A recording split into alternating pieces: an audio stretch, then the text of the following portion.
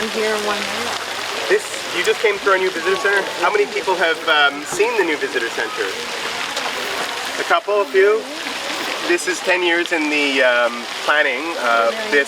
We raised the money privately for about half of it, and then we got money from the municipality and the province and the feds to construct our wonderful new visitor center, which opens out onto a really nice part of the garden. I think the nicest thing that I like about the visitor center, apart from it being a really fantastic building, is that when you come out into the garden, it really shows the garden off in a very inspiring way.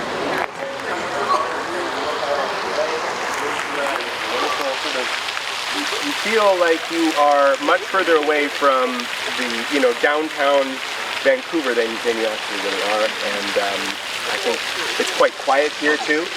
This building has actually cut off a lot of the sound that used to transmit from Oak Street.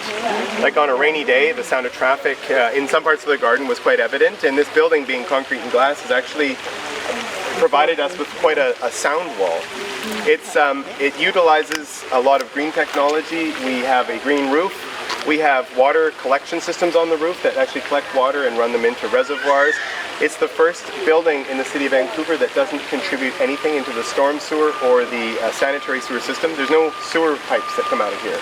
We have a septic field, and all the storm sewer water goes into this pond basically and infiltrates into our pond system. So it has solar systems. To represent something? Yes.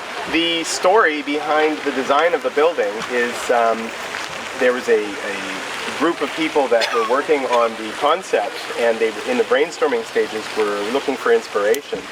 And the head architect and somebody else, I can't remember who, came to the table both with the exact same photograph of an orchid that they had found. And it was the same, and it wasn't like it was on the cover of Architect magazine or anything like that, and they both happened to be reading it. It was a photograph, like an artistic photograph of an orchid. They both dug this up in their own way and then brought it to the table, and somebody said, oh, well, I've got this picture of this orchid.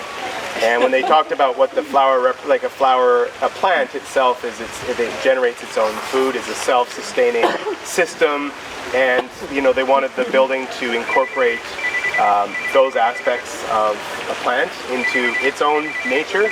And so the shape of the building was inspired by the shape of the petals of the orchid, and so that is where the inspiration came from. And yeah, I was just up on the roof actually this morning looking at some stuff, and it looks beautiful from up there.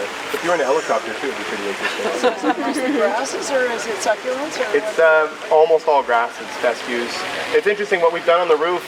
We didn't do it actually the way it works in the city with new construction. It's landscape architects design and private companies install.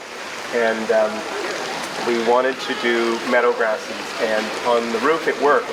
You've noticed out front we've got a big berm out there with the grasses that are going crazy. It didn't work out there, and the grasses that we ended up seeding in there, the wrong ones took off, and the reason for that is partly to do with the seed mix, and partly the soil out there is really rich and deep, and up on the roof the same seed mix was used, and it's looking like the way we want it, with a mixture of meadow flowers and short fescues and some taller grasses. But any bees? Pardon me? Any bees? No bees, but one day maybe we might have beehives, and we do have bees in the garden, and there's talk about that sort of thing, but at the moment not. But yeah, it's interesting because when we used that mix, well, when that mix was used up on the roof, it worked, and when it was used in deep, rich soil, it didn't work. And so we're going to be at some point scraping all that out and redoing it, which is a little bit embarrassing, but anyways. Maybe make a mistake. Yeah, that's right.